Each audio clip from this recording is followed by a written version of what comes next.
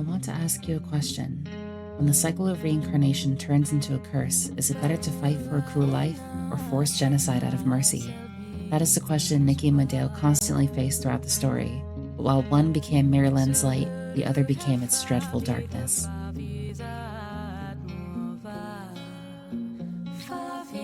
I am Medael. No, I'm Nikki.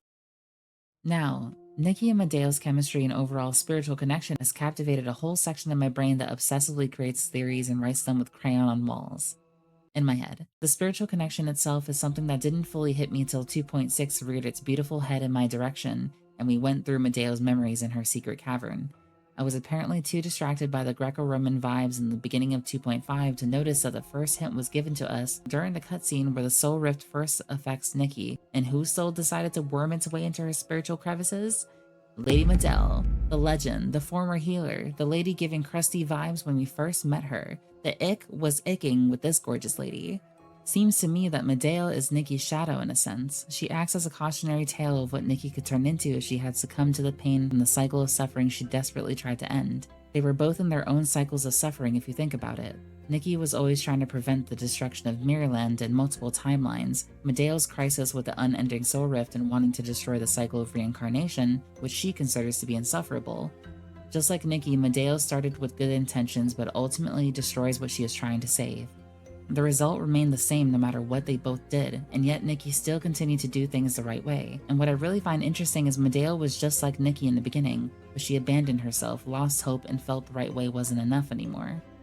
One held onto their morals while the other abandoned theirs and did unforgivable things, thinking it would change things for the better, but both trapped in a cycle of suffering determined to break it. They kind of reminded me of yin and yang in a sense, both similar yet opposites at the same time, and I find that so fascinating. Both want nothing more than to protect their people and bring peace.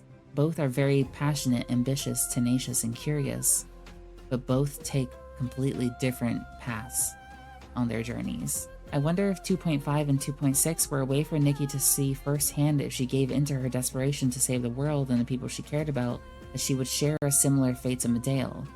One thing I always wondered is if the things happening in the current timeline also happen the same way in the other ones, are the current events different which lead to Nikki learning the lessons she needs to learn so she can finally end her own cycle? I'm not sure how this will play out, and Infield hasn't really touched on this part of the lore in the game yet, but I am curious what happens in the future for the story. But I also feel like I'm sounding very Delulu right now and I'm falling down the rabbit hole. Do you see the spiral that I'm creating here? I hope I was able to portray the feeling of my spiral in this video. You're welcome. We always knew you'd reach heights no one's ever dreamed possible. You're a 1 in a million healing genius. I'm sure I can find a way to cure Soulrift. Over here, Medael! My mother had a Soulrift attack! But to understand the connection that Nikki and Medael had, I think we should get into the backstories for each of them. So why don't we start with Medael? Medael was once a gifted, compassionate healer among the Praxolians, desperately searching for a cure for the chronic soul rift disease. Her story in the game revolves around her tragic descent into madness because of said soul rift, which leads to her devastating epiphany. Complete erasure of her people is the only way to end the cycle of suffering.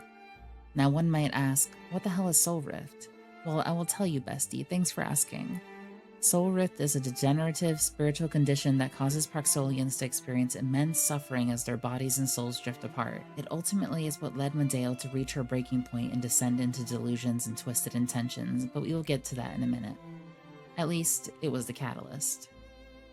Overwhelmed by the expectations of her peers, the futility of her research in the soul rift epidemic, Medael abandoned her own morals and teachings and succumbed to her grief, desperation, and her despair. She sought to destroy the painful cycle of reincarnation in hopes that it would bring peace to her people, the people she desperately wanted to save. However, this meant that she would later commit heinous acts in a desperate attempt to achieve her goals. She tortured and sacrificed hundreds of innocent lives in a tragic event named the Praxolian Disaster, which included the death of her mentor, Astrid, who initially helped her with her plans until she realized Medael went too far and tried to stop her. She also manipulated the shroomlings and used them as pawns so she could use the mother shroom and gather soul spring water for her body-soul fusion experiments.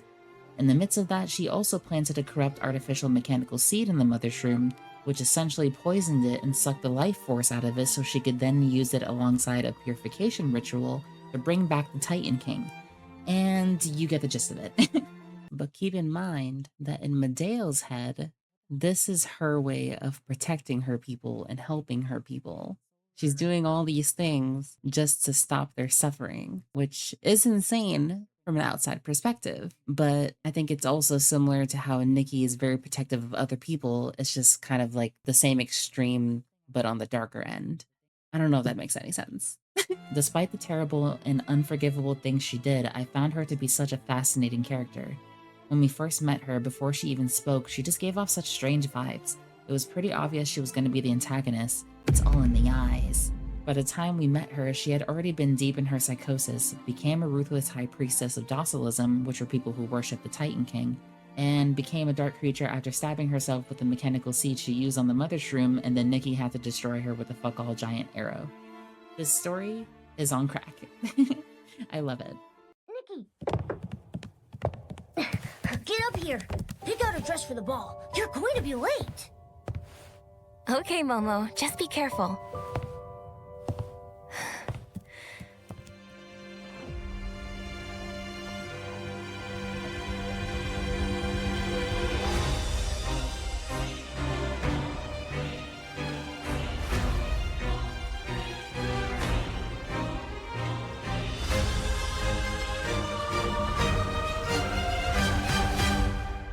Now let's talk about Nikki. From what I've researched, it seems Nikki is overall the same person in all the games. Tenacious, brave, adaptable, open-minded, and compassionate. I feel like she is the most interesting character in the game because of her mysterious background. Her compatibility with the Heart of Infinity is also shrouded in mystery.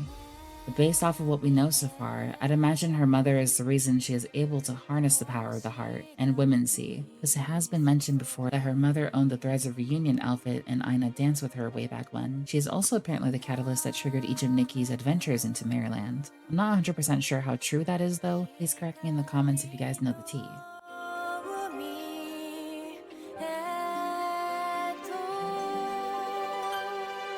Revive all the miracle element. To save this world.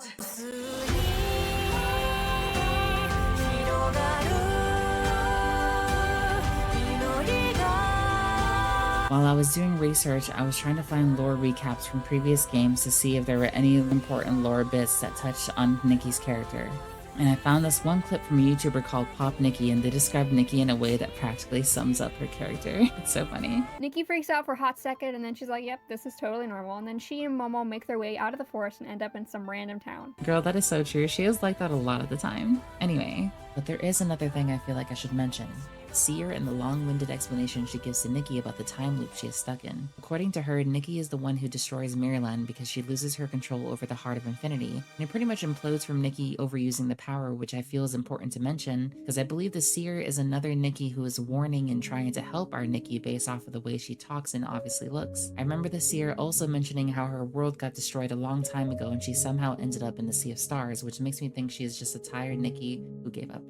If we focus mainly on Infinity Nikki, I say Nikki is overall the same person she has always been. However, I do think she has more spice, more flavoring in this game, because she definitely has her sassy moments. The girl is passionate and quick-witted when she wants to be, and is not afraid to be assertive when it comes down to it. What I find the most admirable is the strength of her resolve to hold on to the light inside of her. She has been given a plethora of reasons to go dark, just like Medael, and she never gives up when things get rough. She always stays true to herself throughout it, and I can't tell you how inspiring that is to me. No words could describe it. My flabbers are always gasted when it comes to her. But I think that's enough for crazy Delulu theory analysis time. If you enjoyed the video, consider subscribing and joining me in Delulu Island. It would be great to have you. Also, I would love it if you liked the video. Would much appreciate. Much appreciate. As always, keep making beautiful wishes, and may your heart be your guiding key. Bye, guys.